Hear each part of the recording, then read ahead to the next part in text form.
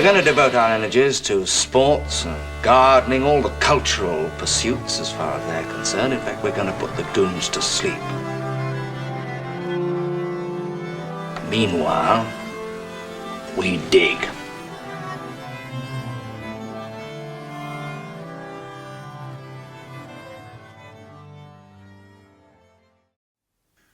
Greetings and welcome to The Anadromist. This is Byrne Power coming to you from Tbilisi, Georgia, on an overcast day on Halloween. Well, this video isn't going to be scary. Well, maybe it is. I think I'm going to talk about relationships between men and women. And I've had some requests to talk about these things before, and I have a few thoughts running around in my mind, so I thought, why not? I think I'll just do this extemporaneously without any notes, just kind of whatever I think. Before we get too far, I would like to mention I've put a couple of interesting videos up on my two other channels that you might be curious about, and one of them is about the recent issues with our wonderful pandemic season here in Tbilisi, Georgia, which includes some political thoughts, although I don't really get into the political thoughts, but I show you what's happening on the ground. And I've also got some other videos over on my Gravity from Above channel that you might be interested in seeing. I've got some interviews with the great puppet historian, European puppet historian from Poland, the late great Henryk Jurkowski, and I've got two long interviews with him, which are not only about puppetry, but also about, if you want to know what life was like in the Soviet Union, these would be helpful. If you want to know about art, these would be helpful. If you want to know about history, these would be helpful. So I highly recommend those. Also, I've started a kind of a playlist over there to kind of put some of my Alaskan videos online. Again, Gravity from Above is kind of my documentary channel where I put documents from things. And I didn't feel like making an Alaskan playlist on The Anadromist. So I've started this documentary playlist for my Alaskan life. And there's some interesting explorations over there that might intrigue you. What was it like for me living in Alaska for 22 years? You know, and I answer such questions as, what is a fish wheel? What's it like having a bus run over your camera? What's it like being way out in the middle of nowhere in the Yukon on a dirt road hoping to avoid bears? These kinds of questions. So if those interest you, check out my Gravity from Above channel. Okay. Oh, before we go too far, hey, if you like the channel, don't forget to subscribe, like this, or don't like it. It all counts as engagement, whatever you feel. You can contribute to the channel through PayPal. There's a link below. And if you contribute $50 or more, or $10 or more per month, you will get free. There's a kind of a load of 10 hours or so of Anadromist audio extras. So check those out. Okay. Where am I? I'm in Tbilisi, right? Got that. Grade A. Yep, got that. They're still building these apartment buildings outside my house. It's like it's going so slow. But now they're putting bricks on the outside. I've been thinking about, I'm 66 years old. No point in hiding that. So it means I'm old enough to remember a world of human relationships radically different from the world we're living in today.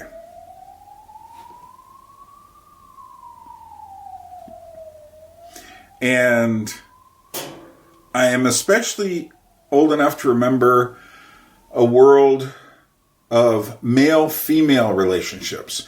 What at one point would have been called romantic relationships. Do people use that word still? I don't know. I mean, if you're swiping right, is that like a romantic relationship?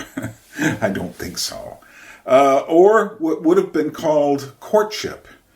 All of these relationships between women and men in order to get, I suppose, in order to make a family. Except, of course, that is not the point for so many people now. Now just people want to find their soulmate, but they don't care about the family part, which is very strange.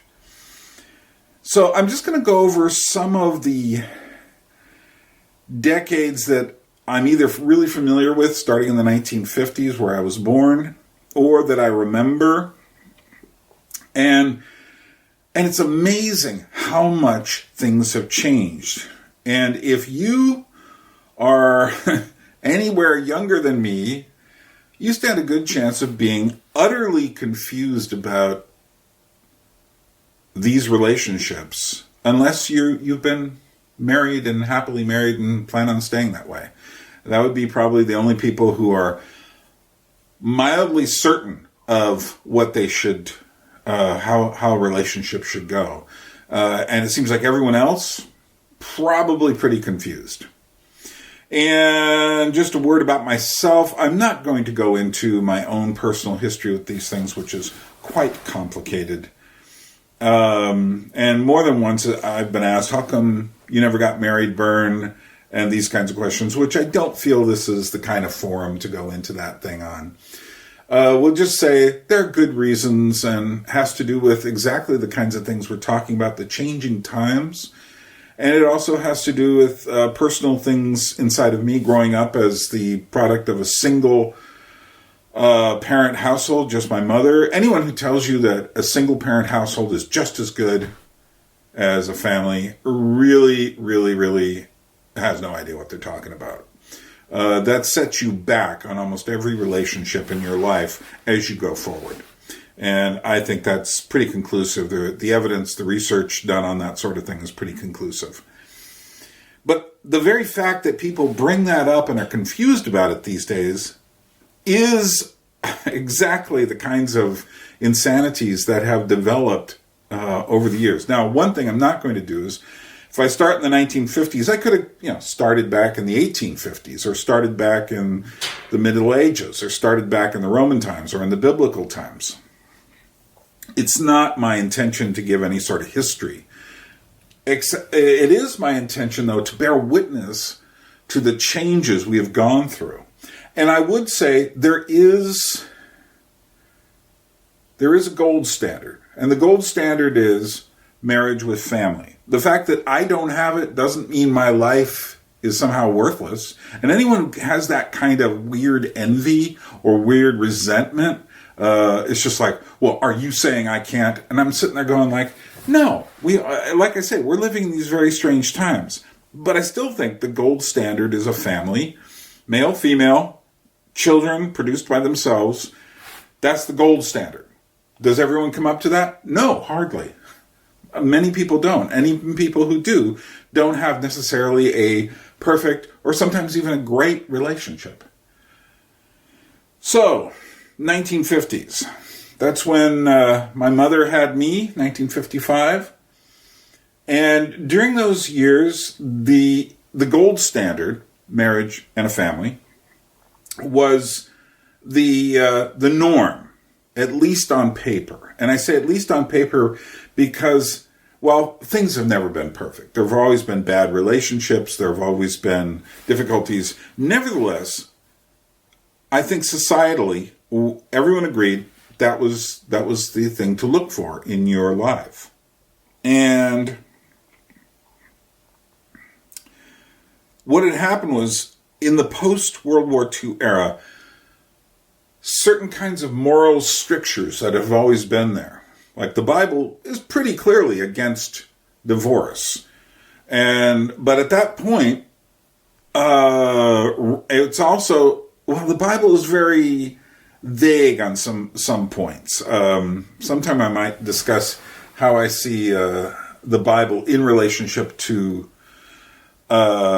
marriages and courtship and all these things. It is complicated. A lot of people will say, well, it's just man and woman, children. No, it's never that simple in the Bible. And there are, well, I'll get to this in a minute. Sometimes, and I had to come to grips with, well, what's happening in our society? And some of the things I discovered in the Bible made me say, okay, I think we can deal with things that are more complicated. But anyway, in the 1950s, you were supposed to get married. Now, relationships would fall apart. And in the 1950s, people did not necessarily, if a relationship broke up because people got married younger, what happened was they did not go live with someone. What my mother did is she got married 3 times by the time I was 7 years old. My original father, some other guy that drifted in, I can't even give you a picture of him, and then a Mr. Power. You might notice my last name is Mr. Power. So there are these, that's how these things were handled. That everything was essentially leading to marriage. And you were not supposed to, well, as they would say at the time, in a Christian world, live in sin. And that was, now, the way it was supposed to work, traditionally, these rules were very much still in place when I was coming of age in the early 70s among the more traditional Christian-minded people. They were no longer held that highly among people influenced by the new ideas coming in from the sexual revolution and the hippie era. And the sexual revolution really gets started in the 1950s with things like Playboy and the Kinsey Report and things like that. And I've gone over these things in my How We Got Here series. But the way it was supposed to work, the way it had always traditionally worked, was there's a male and a female. They're young. They meet each other in high school or at a dance or at some social function or at church. They then show an interest in each other. And as they show an interest in each other, they begin to talk. And then someone says something like, would you like to meet and go to a movie with me? Would you like to come over to my house to have dinner with my parents? Would you like to there are different tasks you could perform. Would you like to go to the beach with us, a group? And then you would kind of like, you'd realize, oh, I like this person more. So then what you would do is you would show small signs of affection. Maybe hand-holding. Maybe some kind of mild cuddling or kissing. And around that time, one had to start thinking about, you often hear this phrase, what your intentions are. What are your intentions? Do you just want to be there for the sexual closeness, or do you want to be there because you want the gold standard, you want to get married? And the answer had to be, if someone was saying, I'm not really sure, then usually, it was often the woman, but not always, there would be a distancing at that point. And then you would wonder. The word at that point was boyfriend or girlfriend. And if they crossed that line into intentionality, it became engagement. And sometimes it was engaged to be engaged. Now, the thing that is probably almost impossible for people these days, particularly in the West, to understand is that did not include, when you said you were engaged, you didn't start sleeping with that person. Most people would be very shocked if you had, because you were supposed to wait for marriage, the wedding night. And if even in the 1960s, going through a lot of it, people would always make these jokes about the wedding night. They would say, oh, you're going to not get any sleep tonight. Now, since then, I've been to weddings where the couple has been living together for years. Who cares about the wedding night? I mean, you see, that just changes everything. If But that's us now. But some of these things look very archaic to us. Although there are Christians in Christian communities, and Christians aren't alone. I know that in Hindu communities, these are very similar. I believe they're similar in Muslim communities and more Orthodox Jewish communities and things like this. So among people who are more traditionally minded, these rules are still about the gold standard. And the gold standard is to wait. Now, because it was the 1950s, and you have these kids coming up whose parents have been kind of shut down in a certain way by World War II in their mentality. The kids are asking questions that the parents can't ask, And also, I would say, there's always been some hypocrisies. But following World War II, there was a loosening of sexual restrictions in because of World War II. All these guys going and, in these, you see these barracks that guys used to live in World War II, and you look in the back of the barracks wall, and it's just nothing but these pinups of extremely, shall we say, voluptuous women on their walls. The Betty Grabels and Rita Hayworths and these men's magazines and such like this. They'd have names like, Gent or something like this, or, U.S. Mail. And they would be, you'd see these photos of just endless images like this. Not only this, the language, because of all the men getting together. I mean, you throw a New Yorker in with, say, a Midwesterner. Well, the New Yorker's got saltier language. Well, that saltier language starts to spread through all of these men being together in a way that was different in World War I, although there was that similar effect then. And you see loosening of sexual morals after World War I as well. We call it the Roaring Twenties. So then, but what the parents could not really answer is the why of the sexual morals. Why do I have to wait?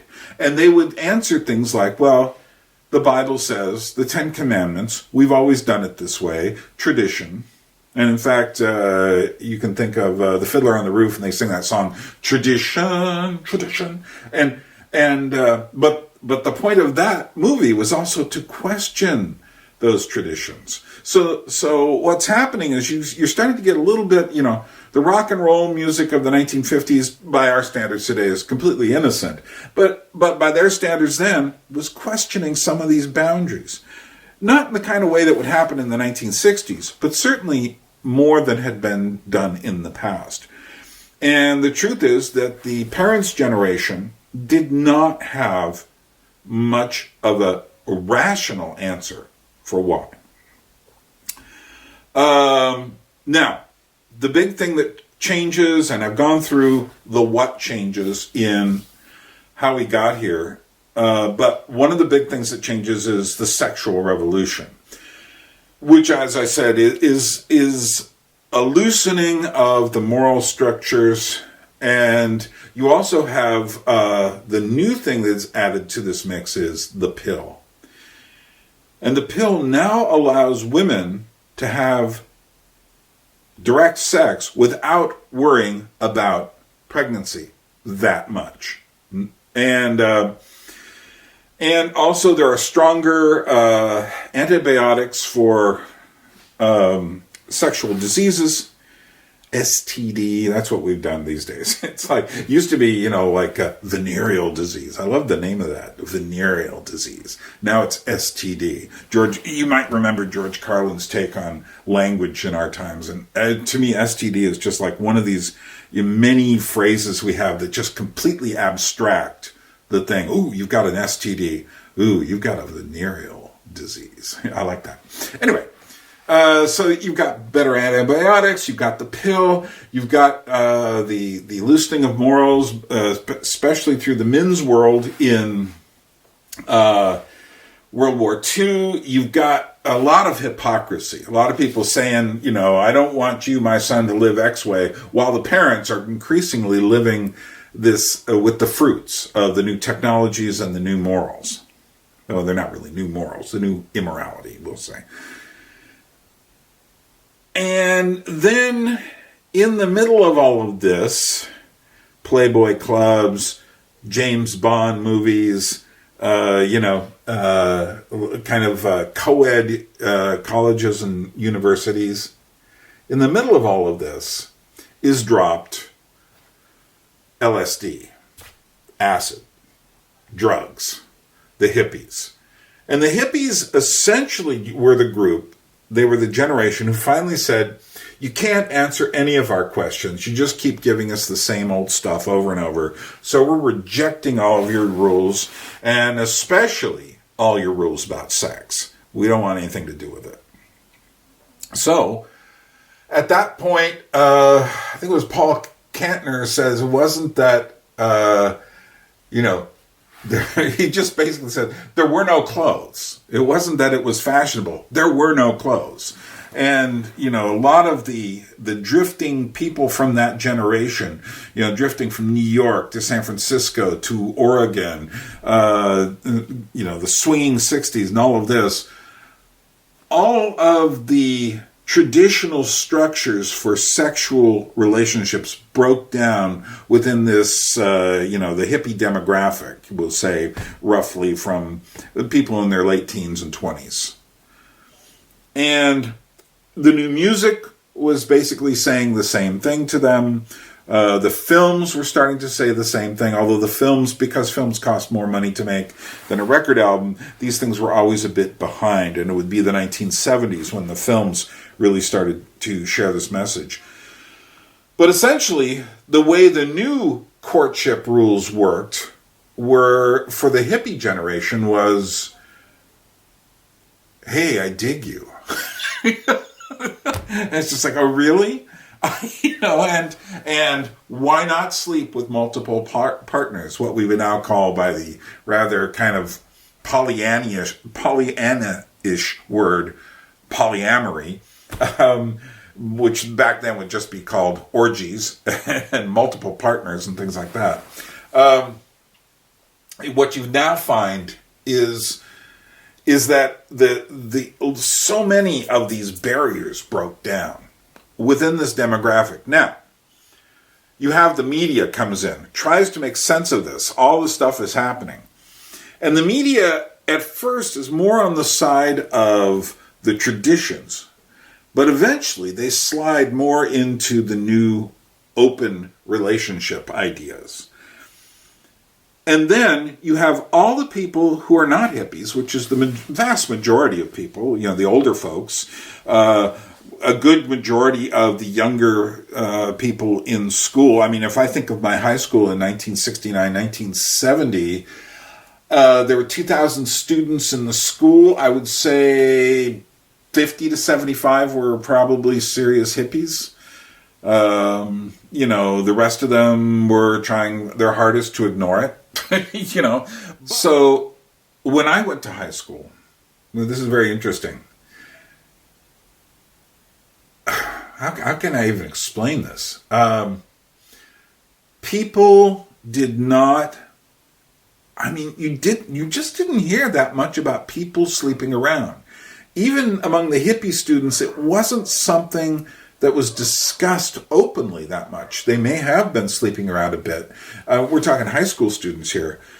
But basically, sex wasn't a huge discussion. There may have been some jokes. There may have been, a certain kind of, girls talking in the bathroom sort of thing. But it wasn't a big deal. And I can think of very few people that I would probably point to and say, yeah, they were probably having sex. There's a couple there maybe. But even then, it would have been people moving towards the gold standard.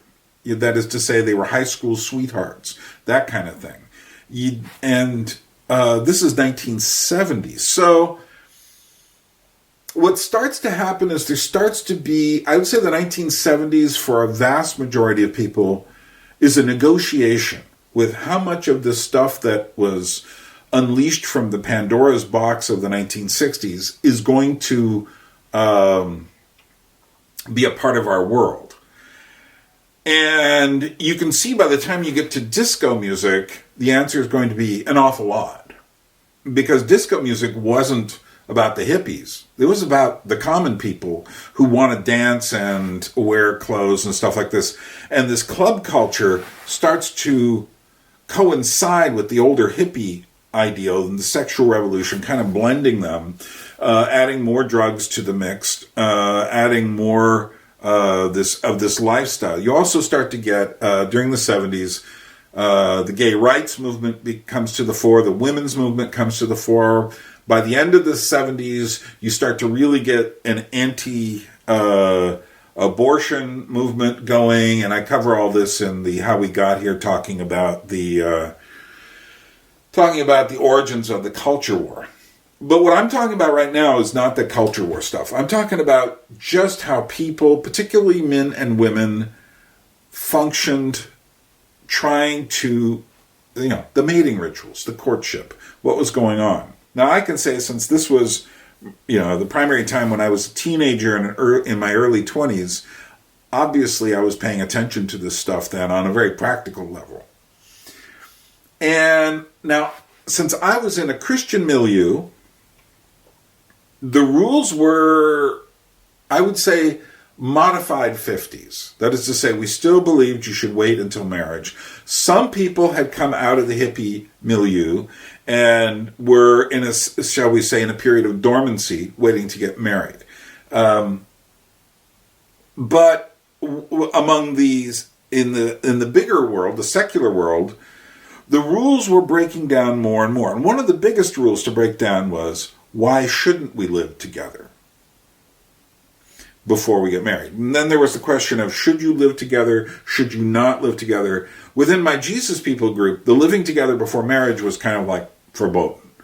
But this kept it was just this constant thing. You would meet more and more people who were living together. Now, what's interesting is, by the end of the 70s, I went to L'Abri in Switzerland and had a very interesting discussion with one of the teachers there. And he said, now, the Bible doesn't specifically state that you have to have a ceremony before you get married. So, there are cases where it just said, a woman was brought into someone's tent and they were married.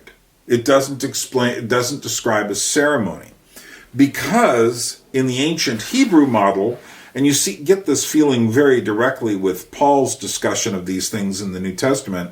He says, don't you realize if you sleep with a prostitute, you become one with a prostitute?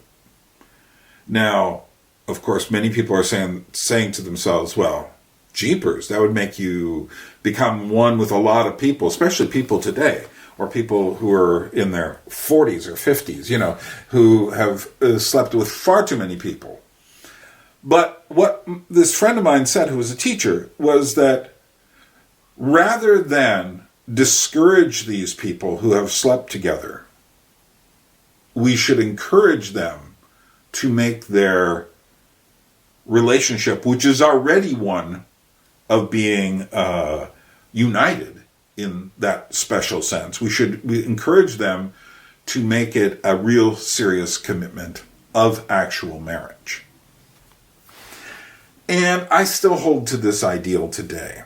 I think that's a good way of looking at the relationships of people living together, of which I've obviously since then seen so many. Now, I discovered in New York City when I moved there just how out of step my own ideas were with the secular world, with the big world. And without going into any gory details, we'll just say, in a movie, you see someone, they meet each other, they kiss, and the next thing you know, they're humping. And that's what you see so often in movies. And essentially, that idea, which you see more and more in the 1970s, becomes the norm in the 1980s. And that is simply to say, to simply express interest in someone, there isn't any more of the hand-holding phase. There isn't any more of the gentle kind of hugs and kisses and sitting next to a person and that sort of thing. There isn't any more of the restraint and the control. We're going too fast. We have to wait kind of stuff. More and more it becomes, oh, you're interested in me. We should, there's no discussion of what we should be doing. Suddenly we find ourselves doing it. Because one of the interesting things about the 80s is all of the things of the sexual revolution and the other things are now taken for granted as being a new definition of reality. And I find that really interesting. It's like, oh, wait a minute. Who gave up the game here? Well, here's an interesting thing. Within Christian churches, there was already a relaxing of these old rules. The rules that relaxed so much that by the time I was going to a small Presbyterian church in Alaska, I don't remember anyone within the church being too upset that the younger people were just living with each other prior to marriage, or that they might not get married, or that they would go to school and these things would be normal. And I think that says an awful lot about what happened. That essentially, as things come, there's a new normality. But it isn't really a new normality. For instance, I often wonder with different things like, when did we all agree upon X thing? Well, we don't. What happens is the media makes it a fait accompli, and it's finished. If the media comes on and says shocking, and people on the news shockingly say something, then we all kind of say, oh, we should be shocked by these things too. So there's kind of a tone of voice that comes along with these things. And it changes, somehow this propaganda changes the whole mode of society. Because here's the interesting thing. Back in the late 1980s in New York, I had realized a couple of things. One, I was out of step, and I had to ask myself the meaning of why I was out of step. That is to say, I had to look around me and I saw that most people, this is how relationships in New York City were going in the late 1980s among the 20-somethings and 30-somethings. Two people see each other at, someone's dinner party or something like that. They express an interest. Next thing you know, they're physically intimate. And there's no announcement that no one's saying, ooh, is so-and-so together. It's just done. These people will, for a while, maybe see each other regularly. Maybe that doesn't work out, and they break up.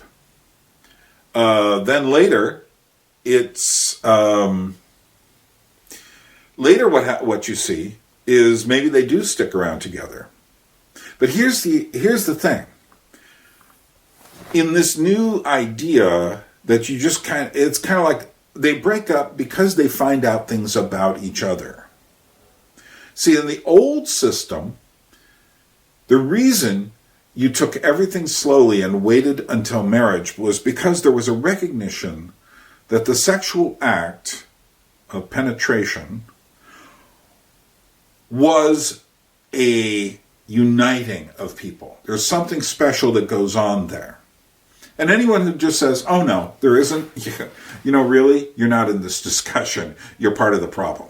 Because there is something special. All of human history tells us this. I mean, look at any numbers of millions of stories about male-female relationships, and you'll realize there's something special about this. Think about your own life for 5 minutes. You'll realize there's something special about this.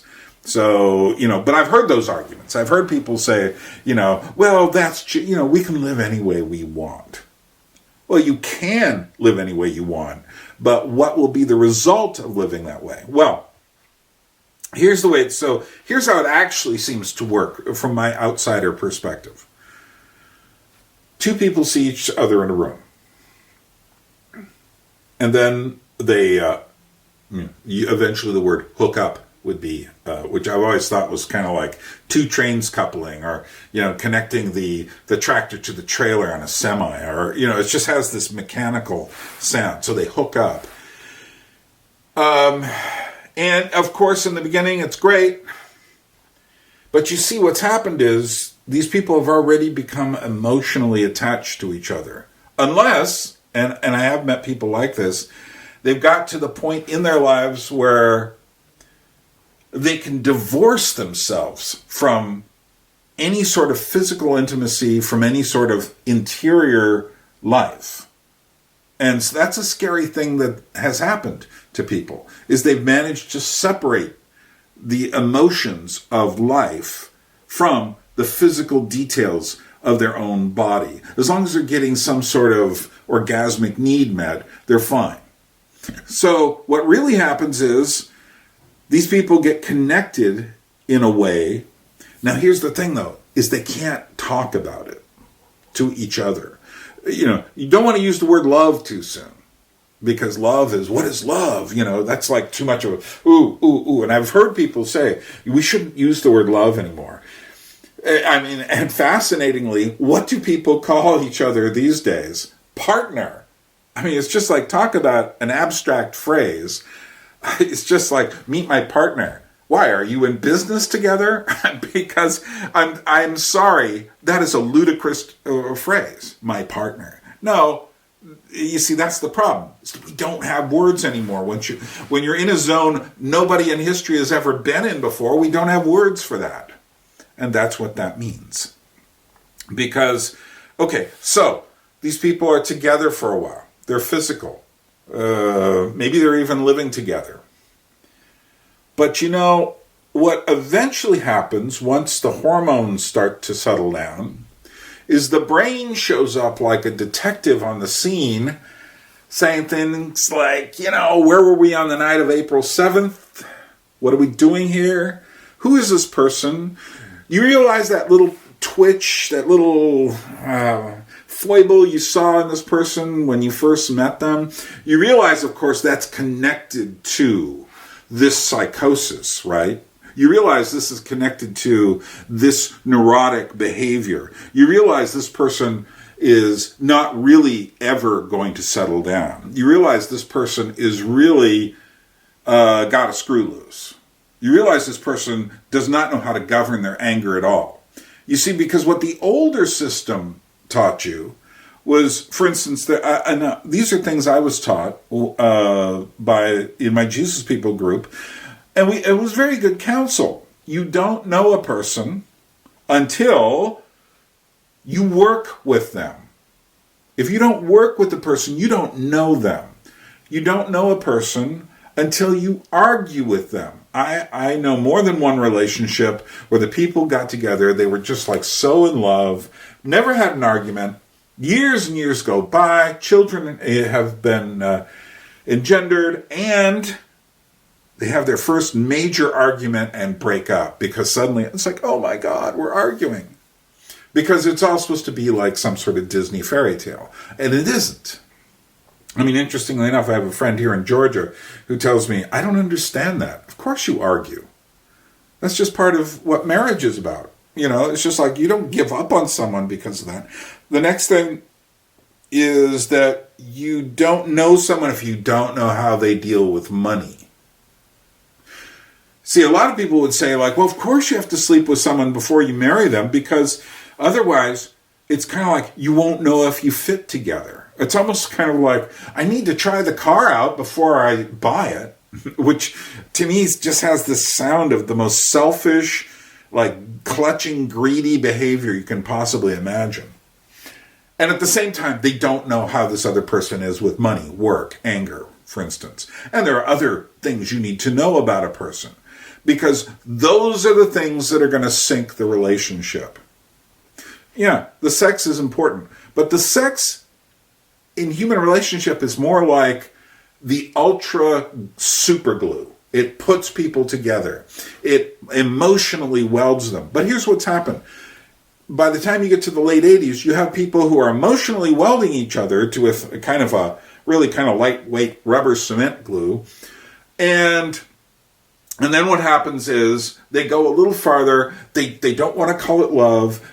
They don't want to demonstrate commitment in any way. Commitment is the real sin of the modern person, because that means saying, not only will I be there tomorrow, I'm going to be there in 50 years if we live that long. I'm going to be there. I'm going to be there. I'm going to wait. I'm going to not give up.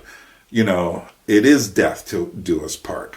But of course, a person who's just kind of casually fallen into a relationship can't say that. They're like I say, they call themselves partners because boyfriend, girlfriend, I don't know, it doesn't sound right. You know, they're in total weird self-consciousness mode. They cannot say who they are to each other. They are completely caught.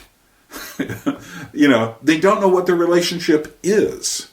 And then they wake up one day and they realize the person they're sleeping next to, it isn't the person they imagine themselves being with. To which my thought is like, well, tough luck. Make it work. You know, you're never going to find the perfect person. Make it work. But of course, that kind of advice, well, of course, this went on and on and on, these kinds of relationships.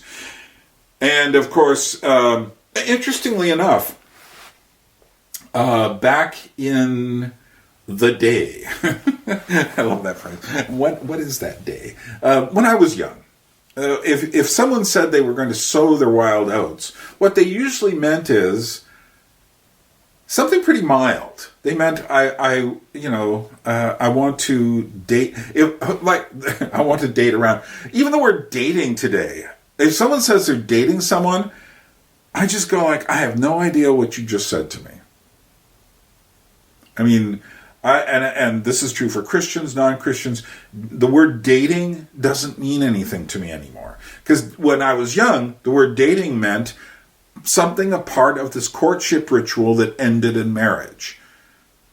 Then, I think I remember the day I realized the word was changing. I was walking down the streets of New York, and this young girl, probably about 14, 15 years old, comes up to me and goes, "You want to go on a date?" Well, she's a prostitute.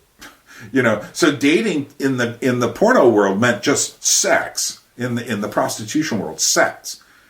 But now, when I hear people say they're dating, I think they're just having sex. What does that mean? They're going to be around each other for a while.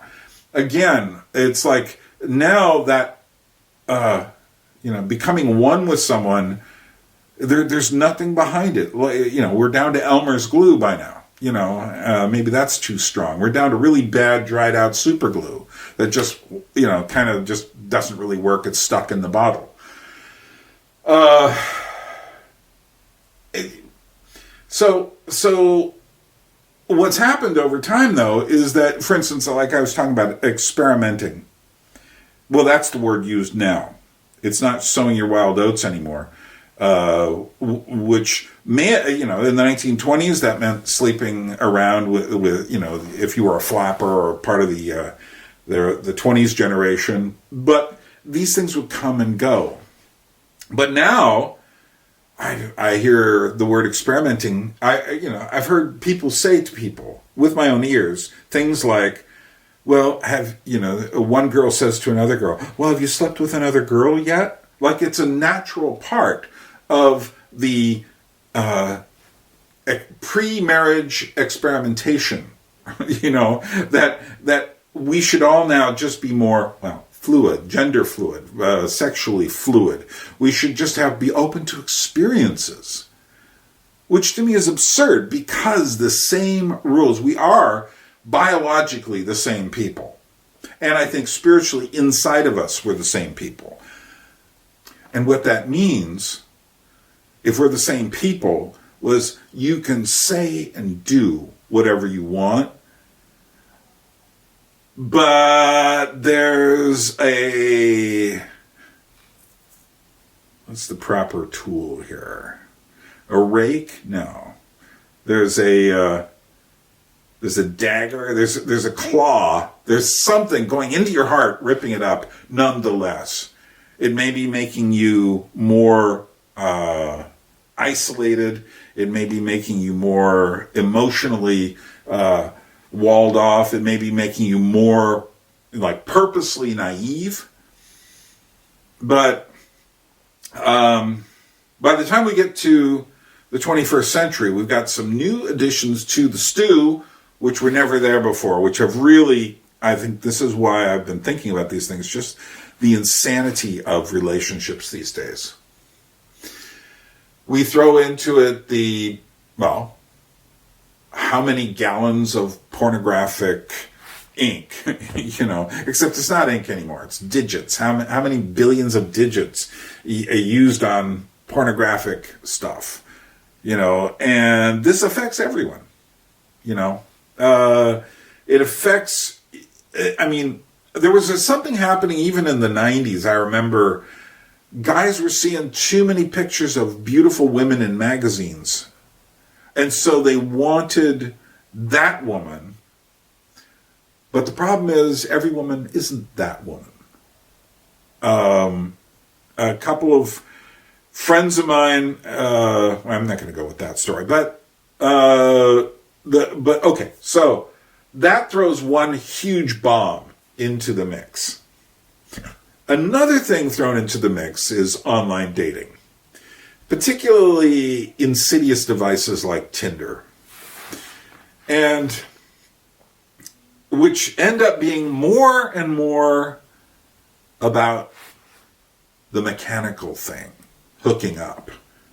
It's more and more about, and the actual thing that I have to confess, I've gone on to a few sites, about 20 years ago or so, just looking around on these things. And this was before you had the more high-powered OkCupids and Tinders and things like that. And I came to this conclusion, there's no way I can find someone here. Because even if I put some sort of parameter on my quest for a person, Christian, say, a person may put that and be absolutely ridiculous person. There's not, how do I add the rest of who I am down on the list, And even if I do, it's like, this isn't the place to show that. It's a place of superficiality. And so you can't really find someone. But we've created a situation now when you then add all of the confusion about gender, which has grown and grown, we're deep in trouble. I do see a small movement of people trying to go back to the gold standard. Trying to look, and I think a lot of the questions that I've gotten about male-female relationships have come from men, because men tend to, in these days, men are stuck looking at a screen. So many men don't have a place to go where there's a social life. But also from women. I get in touch with women who are essentially getting a bit older. And they've, many of the things that they paid too much attention to the become yourself. Find who you really are. Eventually you will find Mr. Right, or at least Mr. Right now. All these weird things. We're in a strange zone, and this is particularly true in the West. What's fascinating to me as I look outside my window here at Georgia is I don't see the same things. I do see people getting married quite a bit here. I see them having children. There are more people here I would consider on some sort of traditional spectrum. And in fact, if I were to say what so many Georgians are like. I mean, there are a few of these like washed out green-haired girls here and guys with the man bun and that sort of thing. The iconography of the hipster. But in fact, even they seem rather traditional compared to what I see in the West. And I would say most of the people here are more like I was in the 1970s than what the rest of the world is like. Yeah, there are women who were, women will sleep, particularly in the city here, will sleep with men earlier than was traditionally common. But still, it all seems, we're in the context of an Orthodox society. Not that there isn't just a lot of nominal Christians here, but there's still some sort of sense of a standard. Whereas in the West, it seems like that standard has been completely demolished except in small corners of our society. And now what I'm not talking about here is what's happened to men, what's happened to women. That's another huge discussion. I don't want to go into that. But what I've been trying to do is trying to outline that we're in deep trouble because, for one thing, our society no longer encourages any deep questioning about ourselves or any deep questioning about our relationships. The only thing that seems to matter anymore is whether the self is made as happy as possible. And a person can jump out of any relationship by the wisdom of our mass media society if the relationship you're in isn't perfect and there's another person over here who will make you happier. That's the only requirement. And to me, that is, we just live in the shallowest of times, the most narcissistic of times. And that is truly sad. So I guess what I'm trying to say is, now, if you're of a certain age, you can't go back and recreate the golden age looking for the gold standard. But what you have to do, what we all have to do, is to shore up the things that remain, that are good, to realize, here's a big question. How many people can a person sleep with in their lives before they suffer from psychological damage? I'll let you just kind of think about that for a while. I have an answer that I think is probably true, and I don't think anybody's going to like it because it's a really small number. But I think that we have essentially thrown away anything related to psychological health in the name of personal happiness. It's a very strange devil's bargain. And I would I would ask, I wish I could require it, but I would ask that you consider the humanity of other people. That going out and looking for someone is not about going out and looking for someone to make you happy. It's about looking for someone that both of you can find some sort of meaning, and meaning not only for yourselves, but for others, including children, including, though, also your friends and family. We live in times that are atomized. We've supposedly gotten over a lot of our racial bigotries, and we've added to that chronological bigotries. Okay, boomer? Okay, zoomer. It's we now say that people who are older, it's like people think that if they have a phone and they have a TikTok account, somehow that makes them transcendent. It's just like, I'm sorry. No, it doesn't. Well, anyway, I'm just going to ramble from here. I just want to encourage you to take human relationships seriously.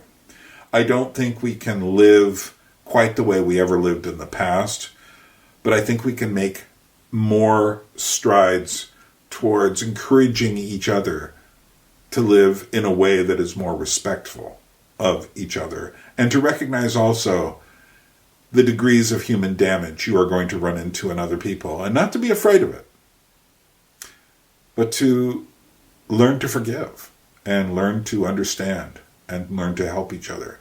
Because this last 50 or more years has been a psychic nightmare. I think, kind of to borrow Jung's ideas here, it's been a warfare within our brains, and nowhere more deeply than in our relationships that used to be called courtship. Okay, I'm out of here. Subscribe to the channel. I need more subscribers. And you can also contribute. You can share the video. Do you think this is worth sharing? Share it. And I'll see you again soon, or yeah, you'll probably see me, because I can't see anybody through this camera. Remember, anadromous means going against the stream, swimming upstream, trying to find home before you die. Let's try to do that. A people without history is not redeemed from time. For history is a pattern of timeless moments.